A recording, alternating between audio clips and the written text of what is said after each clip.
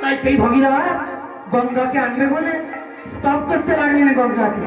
গঙ্গা বলছে, আমি ব্রহ্মনাথ কমণ্ডলীতে আবদ্ধ হয়ে আছি, তুমি ব্রহ্মাকে সন্তোষ করো, ব্রহ্মাকে ধ্যানেতে তুষ্ট করো, তারপর আমি ব্রহ্মা কমণ্ডলী থেকে যাবো। তখন ভগীরথ ব্রহ্মাকে ধ্যান করে, ব্রহ্মাকে ধ্যানে মুগ্ধ করে কমণ্ডল থেকে গঙ্গাকে আনবে। এমন সময় গঙ্গা বলছে, আমার বেগকে ধারণ করলো, আমি তো যাবো, আমার বেগকে ধারণ করবে। আমার বেগ ধারণ করতে হলে মহাদেবকে ধারণ করবে। তখন মহাদেবকে ধ্যান করতে লাগলেন ভগীরথ। মহাদেবকে ধ্যান করে মহাদেবকে তুষ্ট করলেন। মহাদেব বলে, ঠিক আছে, এইবার ব্রহ্মার কমণ্ডল থেকে গঙ্গা উৎপত্তি বেরিয়ে আসছে। এমন সময় মহাদেব এসে হাজির হয়ে গেছেন, তাকে ধরতে বলে, এত বলি মহাদেব মাথাতে ধরিল, বলে মহাদেব মাথাতে ধরিল, ভাবে ব্রহ্মদেবী বেগ বাড়াইল, পরীক্ষা করিল, পরীক্ষা করিল, পারে তাই পরীক্ষা করিল। এইবার গঙ্গাদেবী মনে মনে করছে, আমার বেগটা ধারণ করতে মহাদেব কেমন পাচ্ছে, একটু জোর করে বেগটা বাড়িয়ে দিলেন। আর মহাদেব কি করলো বাবা, মাথার উপরে জটাতে জোর করে তাকে জড়িয়ে ধরে। এই জন্য বাবার আরেকটি নাম হয়েছিল গঙ্গাধর। এইবার সেই গঙ্গাকে নিয়ে যাবে কপিল মুনির আশ্রমের দিকে। যেতে যেতে জহ্নমুনির কোপেতে পড়ে গেল গঙ্গা। সেই জহ্নমুনিকে বাধিত করে চলে যাচ্ছে, আর জহ্নমুনি বদন বিস্তার করে তাকে কাজ করে ফেললো। এইবার দিলীপের পুত্র ভগীরথ, পূর্বে সগর রাজার দুটি পত্নী ছিল, কেশিনী আর সুমতি। কেশিনীর গর্ভে জন্ম হয়েছিল ওই অসমান্নার পুত্র দিলীপ, দিলীপের পুত্র ভগীরথ। আর তার পুত্র জন্ম হয়েছিল ওই সুমতির গর্ভে। অনেক কথা, সে কথায় থাকবো। তাই সেই গঙ্গা ভগীরথ এইবার কেমন করে গঙ্গাকে নিষ্কাশিত করবে? জহ্নমুনিকে বলছে, মুনিবর, গঙ্গা তো আপনার কন্যা স্বরূপা, আপনি গঙ্গাকে মুক্তি দিন। জানতি ছিঁড়ে জহ্নমুনি তাকে বার করে দিলেন। তাই সেদিন নাম হলো গঙ্গার জাহ্নবী। কি করছে মা? এইবার শঙ্খ বাজাচ্ছে, আমার বাজানো মা। শঙ্খ বাজিয়ে গঙ্গাকে আগিয়ে নিয়ে যাচ্ছে, আর পশ্চাতে আমার গঙ্গা দেবী চলে যাচ্ছে। আরে কোনো কোনো সারে গঙ্গা বহিয়া যে গেল, বাড়িতে আছে গঙ্গা দেবী, বাড়িতে আছে গঙ্গা দেবী। সেই গঙ্গা জলে ভিঙ্গারে ভরিল,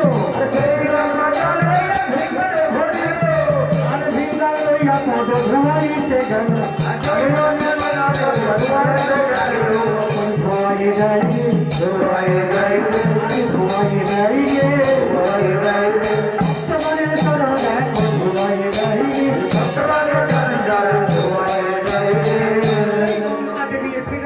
আর সেই গঙ্গাকে একটা সুবর্ণ, সুবর্ণ মানে সোনা, সেই সোনার ভিঙ্গালেতে ভরে পদপ্রক্ষালন করতেন। কিভাবে?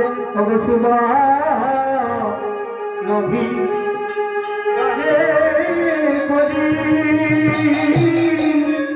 আরে সুশীতালো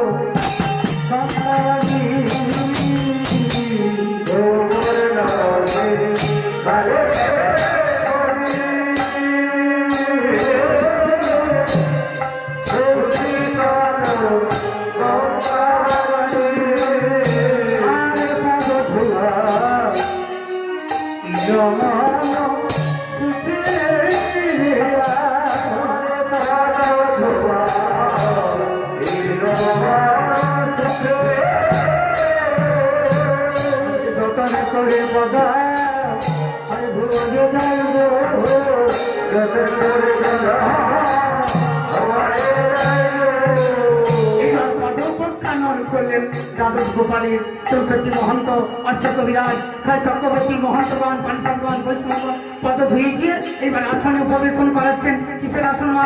সুশাসন। হইব সুশাসন সুস্থিত আছো, কিসের আসনেতে বসাচ্ছে? কে কোন দিকে বসছে মা? হ্যাঁ, দ্বাদশ গোপাল আরে বন্দে প্রিয় দক্ষিণে পিতাই প্রিয়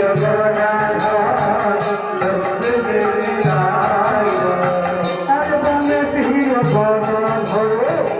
দক্ষিণে পিতাই আরে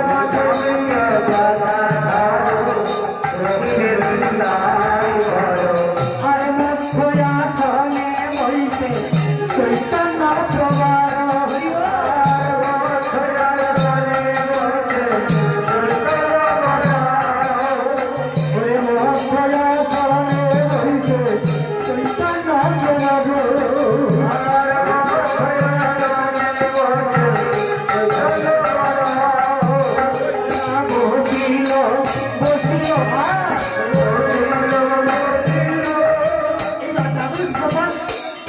মহন্ত যে যার আসনেতে বসতে লাগলেন।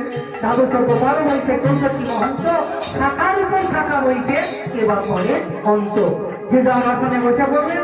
এমন সময় শিবা গণরবিনী শীতলাস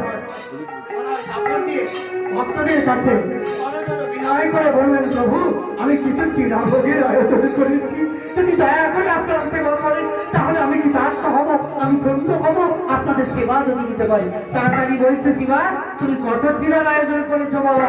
আমরা তো অনেক আছি। দ্বাদশ গোপাল ভক্তগণ চৌষট্টি মহন্তগণ তুমি কত চিরার আয়োজন করেছো? বলছে, প্রভু আমি ডুমন চিরার আয়োজন করেছি। সেই মানব রূপী শিবা শিবাশ্রী নারদমুনি বললেন, আমি ডুমন চিরার আয়োজন করেছি। তাড়াতাড়ি বলছে, ডুমনে হবে না। তখন নারদমুনিকে শিবা ফেলছে, গোবিন্দ একনিষ্ঠ ভক্ত। তাড়াতাড়ি বলল, আমার গোবিন্দের পদে এক লক্ষ্মী আছে, এক মণি আছে, তাছাড়া আমি ভিক্ষা করে এনেছি, নবদ্বীপে তারে তারে ভিক্ষা করেছি। আমি দিনে ভিক্ষা দিই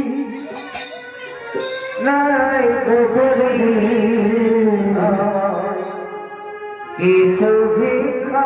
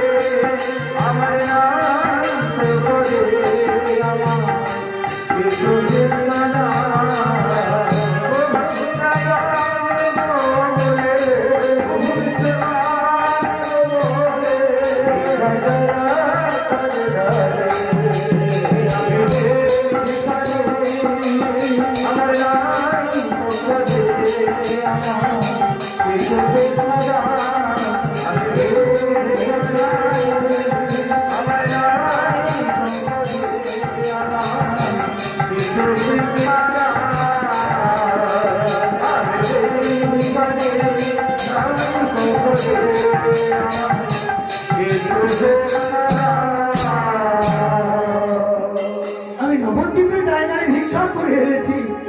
যাও শিবা, তুমি যদি ভিক্ষা করে এনে থাকো তাহলে ভোগশালায় গিয়ে এবার ভোগ সাজিয়ে দাও। তখন শিবা ভোগ সাজাবার জন্য প্রস্তুতি নেবে। এমন ভোগ সাজাতে যাবে।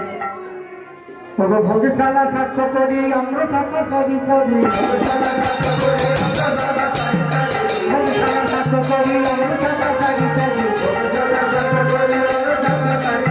সাধু আলু কথা কালিমায় চিলা হলো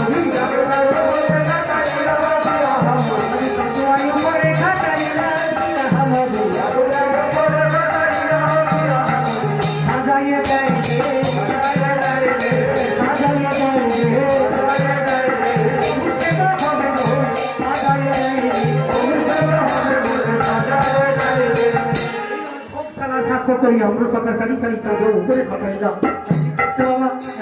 নূতন মাল সাথে দিল শালি ধানে এনেছিলাম তাই চিরাটিকে এনেছিলাম পূর্বে সুদামার সঙ্গে বন্ধু ছিল কৃষ্ণের কৃষ্ণের জন্মতিথিতে তার ঘরে নিয়ে যাওয়ার মতো কিছু থাকে না হ্যাঁ সুদামার স্ত্রী হচ্ছে কুচেলা দেবী সেই কুচেলা দেবী বললো স্বামীকে বন্ধুর জন্মতিথিতে তুমি কি নিয়ে যাবে ঘরে তো কিছুই নেই সুদামা গুজরাটে ঘরে ঘরে ভিক্ষা করে দিয়ে এসেছিল চিড়ে কোনো চিড়া নিয়ে চলে গেছিল দ্বারকায় তার জন্মতিথিতে এমন সময় সুদা আমাকে দেখে বললো রে সুদামা তুই কি এনেছিস আমি তো কিছু আনতে পারি না ভাই আমার তো আমি কিছু নেই তুই তো জানিস সব ওই আমার ঘরে কিছুই নেই তোর জন্য বন্ধুরা কত কি এনেছে কি সানা রমণী মাখন আর আমি তোর জন্য কি এনেছি জানিস বার করতে পারে না চরিত্র সুদামা ময়না চিরকুট তার নামাবলিতে করে তাকে চিরা ভিক্ষা করে দিয়ে গেছে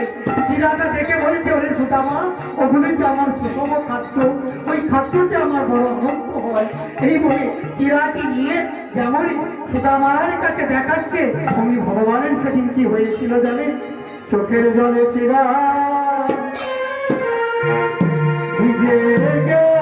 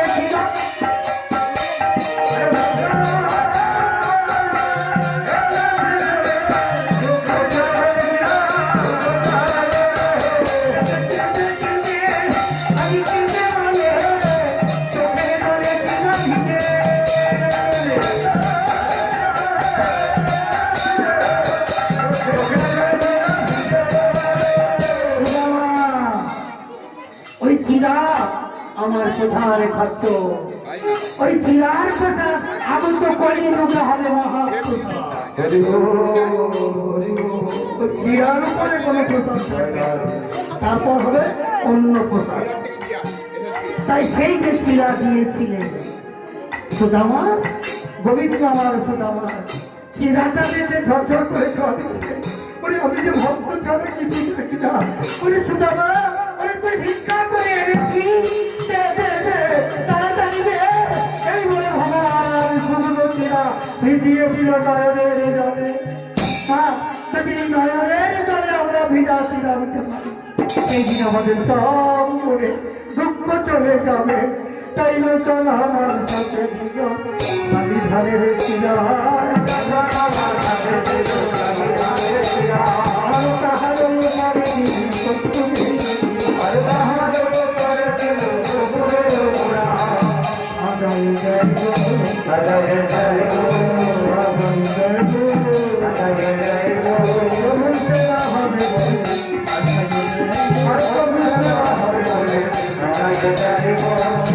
মাটির পাত্র ছিল অনেক থাকতে আছে বাবা সেটা আমরা বলা যাবে না থাকিয়ে দিই একটি করলো তাই কি করলেন এবার তাহার উপর কর্পূর এলো ঘুরো আর কি দিচ্ছে বাবা আনারস পেঁপে শসা যাবে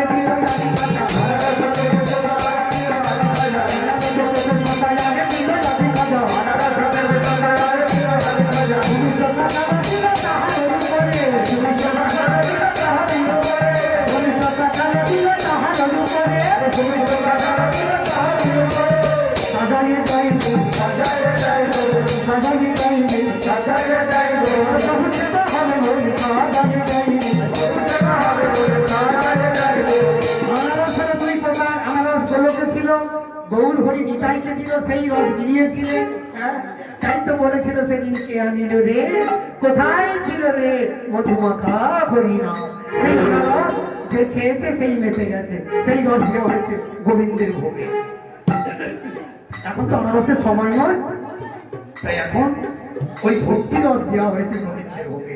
আর কি দিল বাবা? হ্যাঁ, লুচি চিনি নারী তলা সর্বজাতি মানি হলো, চিনি নারী তলা সর্বজাতি মানি হলো,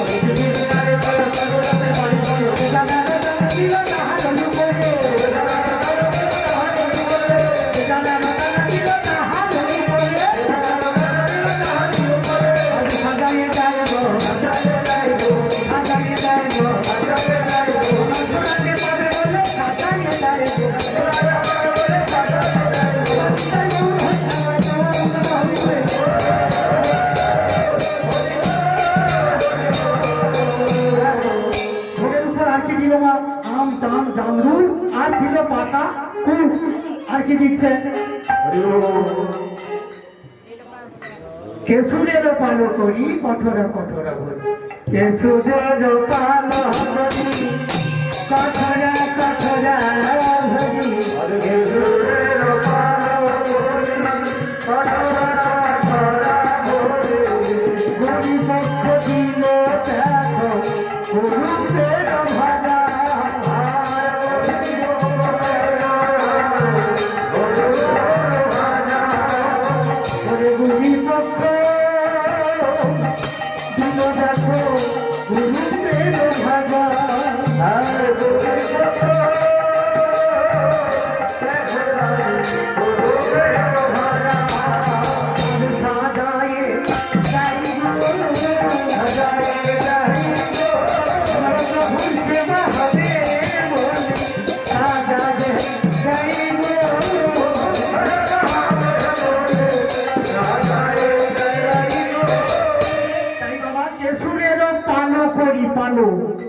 কেশুর বলে একরকম ফল আছে, সেই ফলকে বন্টন করে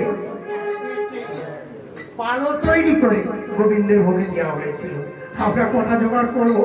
হ্যাঁ, কটি ফলগুলি জোগাড় করবো? কটি বলা সাধ্য নেই। আর কুড়ি পক্ষ করি তালের বড়া, তাল রসকে মেলে পাটালি তৈরি করে গোবিন্দের ভোগে দেওয়া হয়েছে।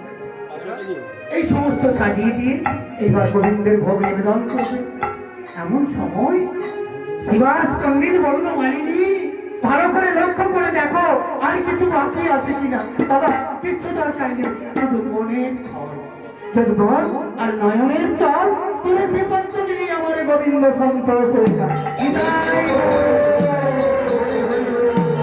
তাই দেখলো আরো কি বাকি আছে, বলে আর কিছু বাকি নেই। আবার দেখলো বাকি আছে কেবল পুষ্পাদিত্য, পুষ্প দিয়ে তারপরে দিলেন। আর কি দিচ্ছে? তুলসী মঞ্জরি, তুলসী মঞ্জরি নিয়ে গঙ্গা জল দিয়ে এইবার আমাদের গোস্বামী গুরুদেব ভোগ নিবেদনে বসবার জন্য প্রস্তুতি নিচ্ছে। ভক্তরা নতুন বস্ত্র ঘিরে দাঁড়িয়েছে, মা আমাদের ভোগ নিবেদন হবে, ইতাই গৌর হরি বল। গোস্বামী ঠাকুর ভোগ নিবেদন করতে প্রস্তুতি হচ্ছে। Thank you.